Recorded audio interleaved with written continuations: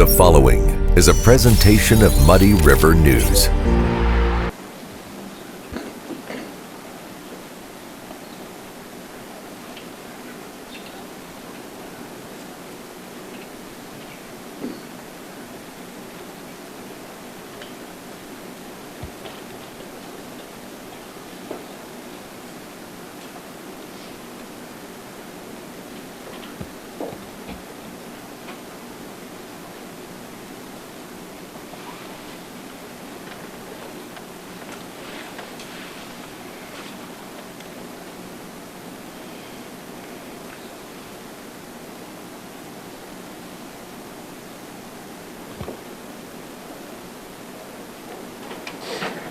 It's my understanding that we are here for entry of a plea and sentence. Is that correct, counsel? Yes, Your Honor. Mr. Nelson? It is, Your Honor, yes. And what would the nature of that negotiation be? Your Honor, need to count 13 and 14 of the bill of indictment. The remaining counts would be dismissed based on the findings of two experts that Ms. Mcbride lacked the substantial capacity to appreciate the criminality of her conduct. In other words, she was legally insane at the time these crimes were committed. Counts 13 and 14 are strict liability offenses. There are no mental states required for that, so the defense of insanity does not apply to counts 13 and 14. Counts 13 and 14 should be sentenced to the maximum penalty allowable by Illinois law, 3 years in each of those counts. They would run consecutive to each other, so a total of 6 years, Your Honor. Mr. Nelson, is that your understanding of the negotiation? It is. Ms. McBride, have you heard the negotiation stated? Yes, sir. Is that your understanding of the negotiation? Yes, sir. How old are you today? I'm 39. How far did you go in school? I have an associate's degree. Do you have any trouble reading or writing? No, sir. Have you had any difficulty communicating with your attorneys? No, sir.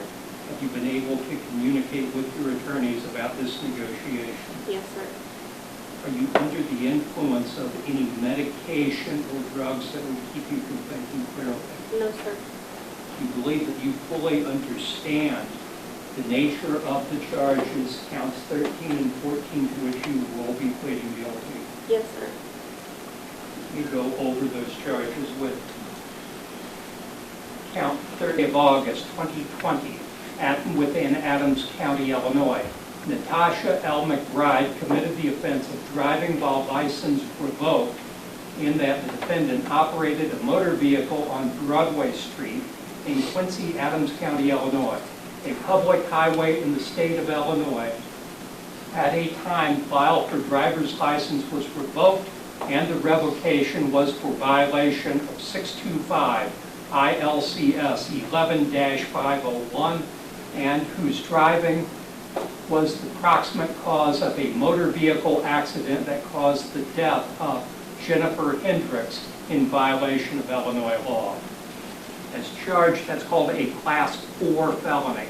It's punishable by 1 to 3 years in the Department of Corrections.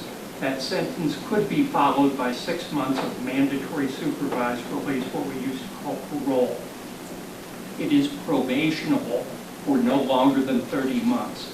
Do you think you understand count 13 as well as the possible penalties? Yes, sir. Count 14 reads as follows.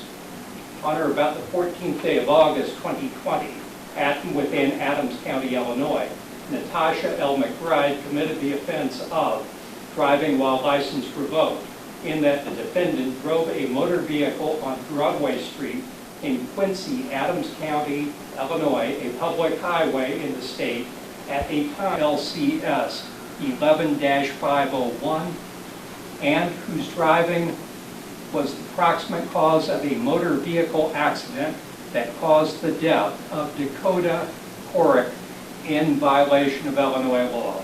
That as well is a Class 4 felony, punishable by 1 to 3 years in the Department of Corrections. That could be followed by up to 6 months of mandatory supervised release. It is probationable for no longer than 30 months. Both counts 13 and 14 carry a fine of $75 up to $25,000. Do you think you understand both counts 13 and 14 as well as the possible penalties? Yes, sir. You have a number of rights regarding these. State has the burden of proving them beyond a reasonable doubt. You don't have to prove anything. You have a right to an attorney, which you exercise by having the services of Mr. Nelson and Mr. Pratt. You have a right to a speedy and public trial. Typically, that is a jury trial where 12 citizens selected by you, your attorney, and the state's attorney all must be convinced that the state has proven you guilty beyond a reasonable doubt before a court can find you guilty. Again, you have to prove nothing. If you plead guilty, you will be giving up your right to trial by jury. Do you understand that? Yes, sir. Counsel?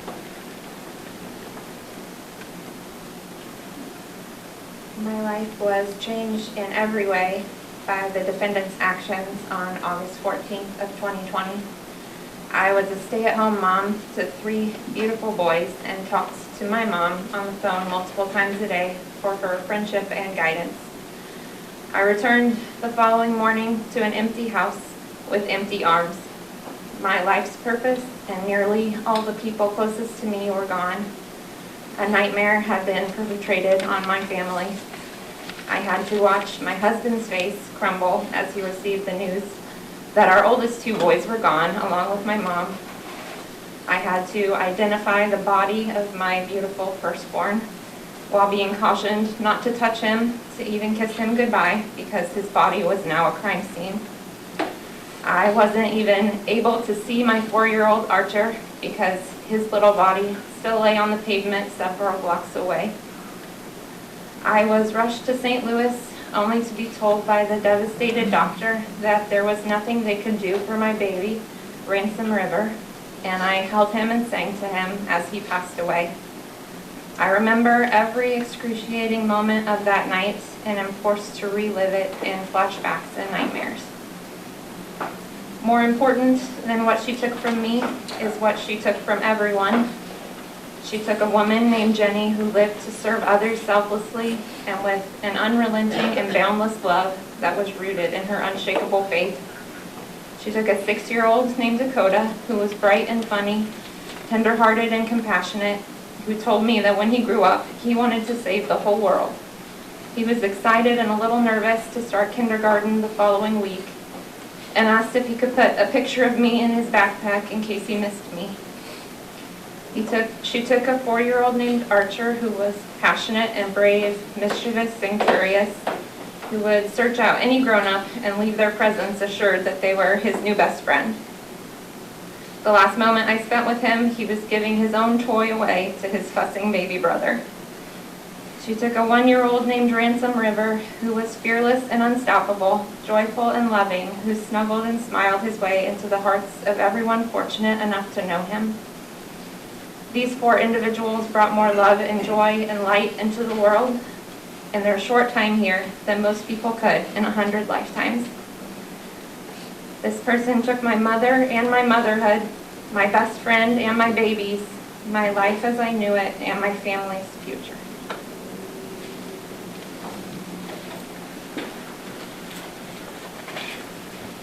Your Honor, Stephen Hendricks.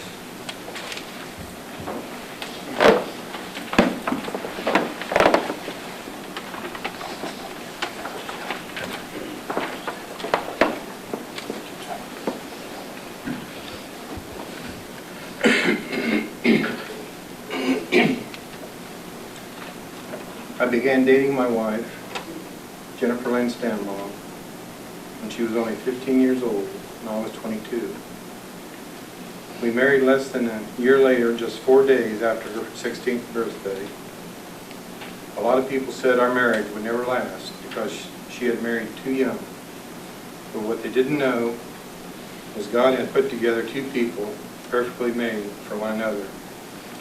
We both wanted to raise a family, and we wanted a simple, quiet, country life, complete with big gardens, a variety of animals, and a wood-burning stove to keep our house warm in the wintertime. She learned to cook, and the canned vegetables and loved doing both. She taught herself to sew, to knit, to crochet. She even made quilts, especially for the newborns of friends and family. Some of those babies who are now adults still have those quilts and cherish them as keepsakes. As a mother, she was loving, nurturing, and ever protective. She read to our girls religiously and encouraged them to read on their own, which undoubtedly led to them all becoming A students. She was their confidant, always willing to discuss whatever might be on their minds. She instilled in them strong moral values, never wavering from her Christian integrity.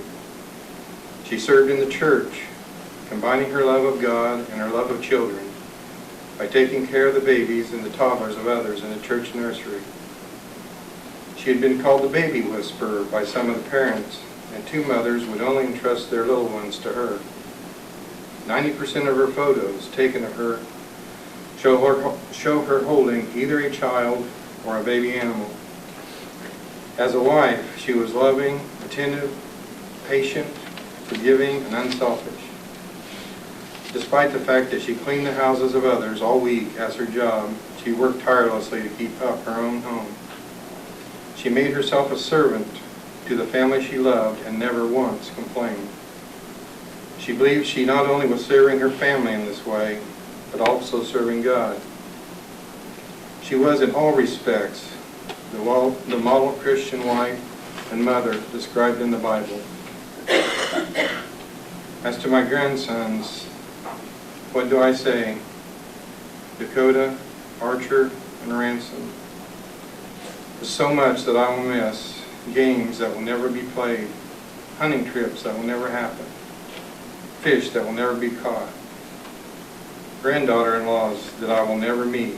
And great-grandbabies that will never lay their sleepy heads on my chest while they take a nap. It's not just a loss of 3, but a loss of many. But I'll always be reminded of them every time I look into the eyes of my daughter Molly or my son-in-law Lucas. I will share in the overwhelming weight of what has been taken from us.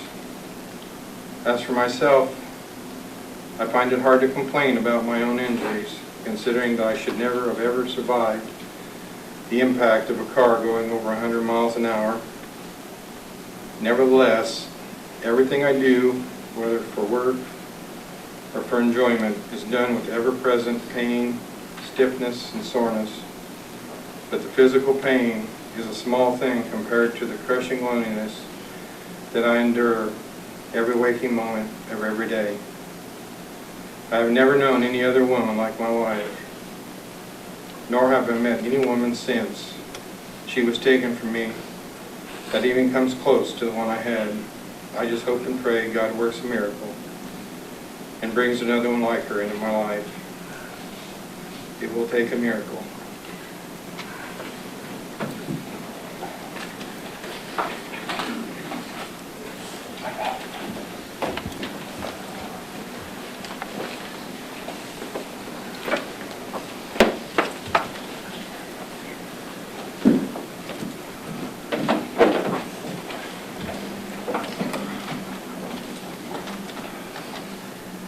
August 14, 2020 was a nightmare no parent should ever have to go through. The definition, you wouldn't wish it on your worst enemy. I should know as it's forever etched in my mind thanks to the actions of the defendant that night. The nightmares of the phone call from Blessing Hospital still roll through my mind clear as day. Words cannot express the sorrow and disappointment that's brought us all here. I believe Albert Einstein said the true definition of insanity is doing the same thing over and over, expecting different results. Yet, it seems as though here we are to see it. To all of us sitting here, family and friends, the boys and Jenny meant everything, and all of them have rallied to support us. My oldest son, Dakota, he was unsure of anything, but was driven to know everything and convinced he was going to save the world someday. Archer, my little mini me, my ball of fire, who never met anyone who wasn't his best friend. And my Ransom Ritter, my biggest idol, who could light up the darkest room at the darkest time. Jenny, the most caring, compassionate person on earth, whether she knew you or not. You, Mrs. McBride, have taken that all away from me and managed to somehow convince people you were mentally ill. And yet every time I've seen you in court, it showed you tapping your heels, seemingly annoyed you even had to be here. The actions you took on August 14th have turned our world into a living hell. And honestly, this sentence is a disgrace to the souls that were lost that night. But one thing keeps us strong, knowing the fact of God's will we'll have. I don't know if you believe in God, Miss McBride, but I can assure you nothing on this earth holds a candle to the judgment you will get to face. Jenny and our bullets know no pain, and they're by God's side, but God has a special seat to burn in hell for you. I'd give anything to not be standing here talking, to be home with our sons. Thanks to you, I can't. The last hope I can say is I hope the judge hears these words and can keep another family from ever having to endure this hurt at your hands. You deserve to rot in a cell, not walk free.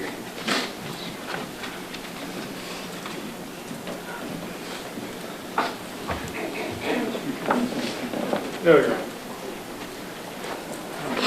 When I find things, Between us. statement of the days to which you are entitled to credit. Yes, sir. And Mr. Nelson, is your client waiving pre-sentence investigation report? She is. Court's required to make certain findings. Court finds that the defendant understands the nature of the charges against her, the minimum and maximum sentences prescribed by law. She has a right to plead guilty and a right to plead not guilty. By pleading guilty, she is giving up her right to both a jury trial and a bench trial, and there will not be a trial of any kind. Court further finds the plea of guilty has not been obtained by force, threat, or promise apart from the plea agreement, and that it is knowing and voluntary. Court further finds that there is a factual basis for the plea. The negotiation here is a difficult. Ms. McBride, you do have a right to make a statement directly to the court before the court hands down sentence. Would you like to make a statement at this time? It's completely voluntary. Yes, please. Please. To the families of Archer, Ransom, Dakota, and Jennifer, I'm truly sorry for all the pain you have endured. I think about your family often, and I pray for you on every holiday. I realize that nothing I can say will fill the emptiness in your hearts from the loss of your loved one. But please know that I did not and I would never purposely harm anyone. I suffer from severe mental health issues, which caused my brain to function improperly. I didn't even know it was possible. I'm now on daily medications and I go to therapy weekly. I will continue to do both as I know being without either one will be detrimental to my life. My mother passed away by suicide a month after my arrest in 2020. The pain of losing her is indescribable. And I mention this to say that I can't imagine feeling that type of pain 4 times in the same day as you did. August 14th, 2020 not only changed my life, but I know that it changed yours as well. And for that I will forever be apologetic. I'm truly sorry. Romans 5:1, have peace with God.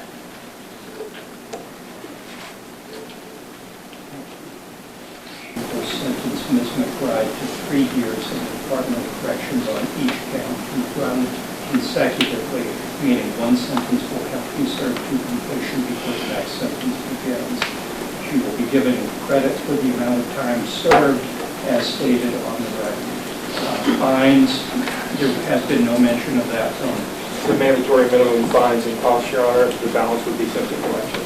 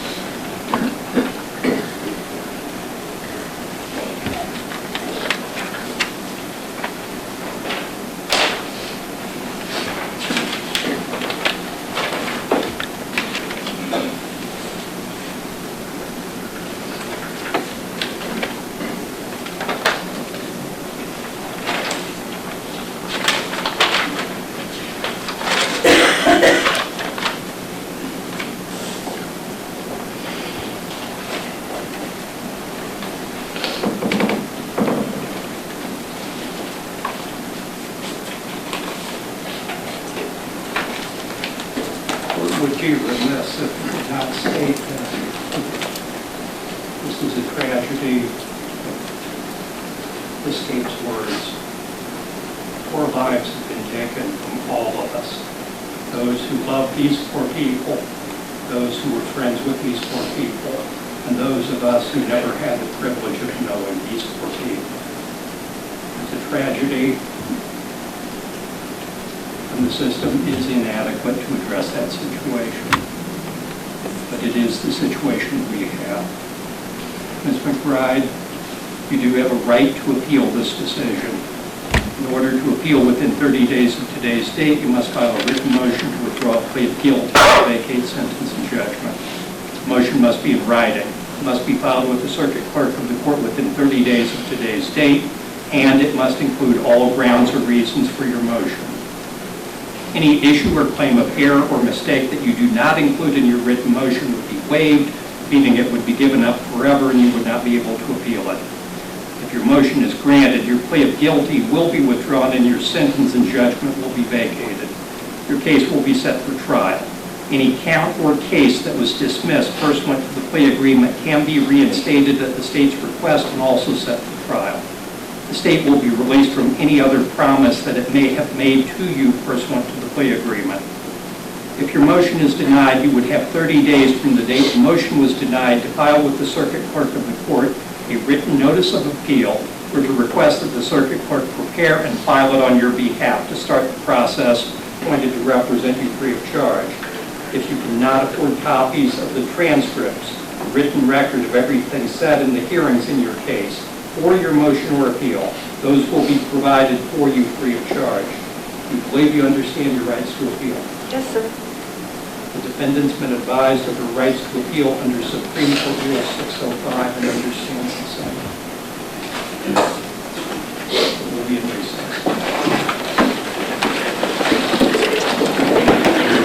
recess. Muddy River News. Our home, our news.